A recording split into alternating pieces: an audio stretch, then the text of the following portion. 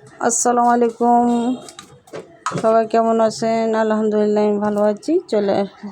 Welcome to Hosnara cooking and blog. চলে আসলাম নতুন একটা রেসিপি নিয়ে। আজকে তেলাপিয়া মাছ দিয়ে আলু দিয়ে রান্না করব, সেটা আপনাদের সাথে শেয়ার করব।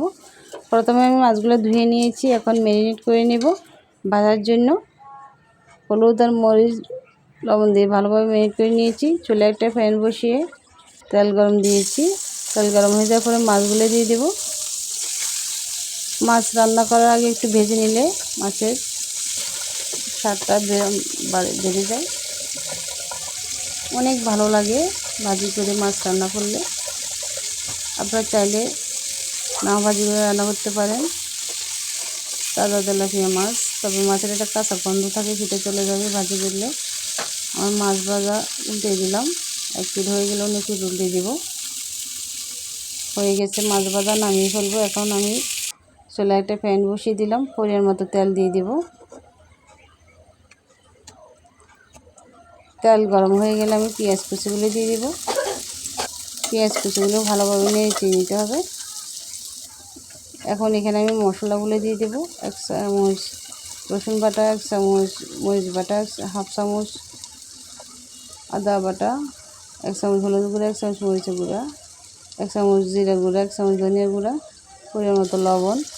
সবগুলো আমি একসাথে দিয়ে ভালোভাবে নেড়ে নেব। সামান্য একটু পানি দিয়েছি মশলা কষানোর জন্য। মশলাটাকে খুব ভালোভাবে কষিয়ে নিতে হবে,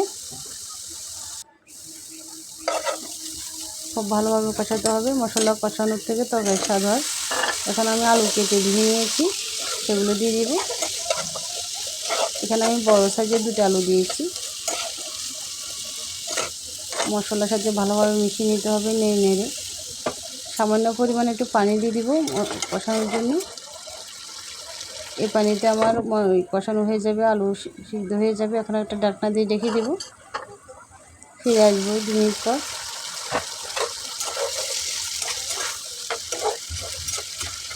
আলু দিয়ে তেলাপিয়া মাছ এভাবে রান্না করলে খুবই মজা হয়। আর আমি বাজার থেকে তেলাপিয়া মাছ, টাটকা তেলাপিয়া মাছ নিয়ে এসেছি। তাজা তেলাপিয়া মাছ দিয়ে এভাবে রান্না করলে অনেক সুস্বাদু হয়।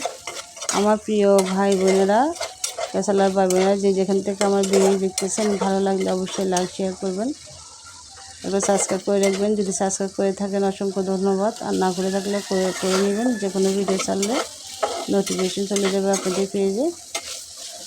অল্প উপকরণ দিয়ে এভাবে মজাদার তেলাপিয়া মাছ দিয়ে আলু দিয়ে রান্না করা যায়। আমার কষানো হয়ে গেছে, আলু কষানো হয়ে গেছে। এখন পরিমাণ মতো পানি দিয়ে দেব। ঝালের পরিমাণটা আপনারা যে যেভাবে খান সেভাবে দিতে পারেন। তো মাছের ঝোলের মধ্যে একটু ঝালটা বেশি ভালো লাগে। আমি এখানে গুঁড়ামরিচের গুঁড়ো দিয়েছি, আবার কাঁচামরিচ বাটাও দিয়েছি। এখন একটা ঢাকনা দিয়ে রেখে দিব, বলক আসা পর্যন্ত অপেক্ষা করতে হবে। ভালোভাবে বলক চলে আসছে। এখন আমি উপর দিয়ে মাছগুলো দিয়ে দিব।